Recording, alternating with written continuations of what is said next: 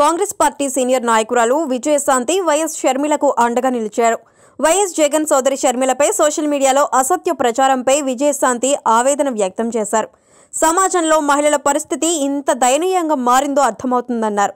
Social మీడియాను వేదికగా చేసుకుని మహిళా సెలబ్రిటీలపై విషం కక్కే ఈ విష సంస్కృతిని వెంటనే నియంత్రించాల్సిన అవసరం ఎంతైనా ఉందని ఆమె అభిప్రాయం వ్యక్తం చేశారు.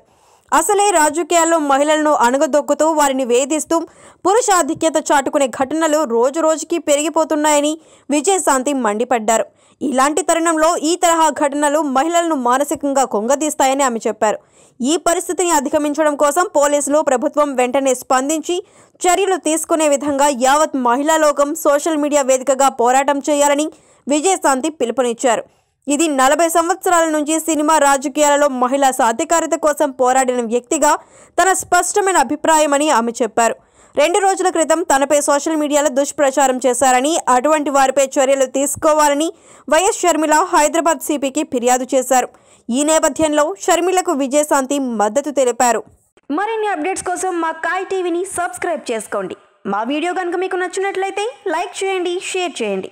మీ విలువైన అభిప్రాయాలను కామెంట్ బాక్స్లో తెలియజేయండి.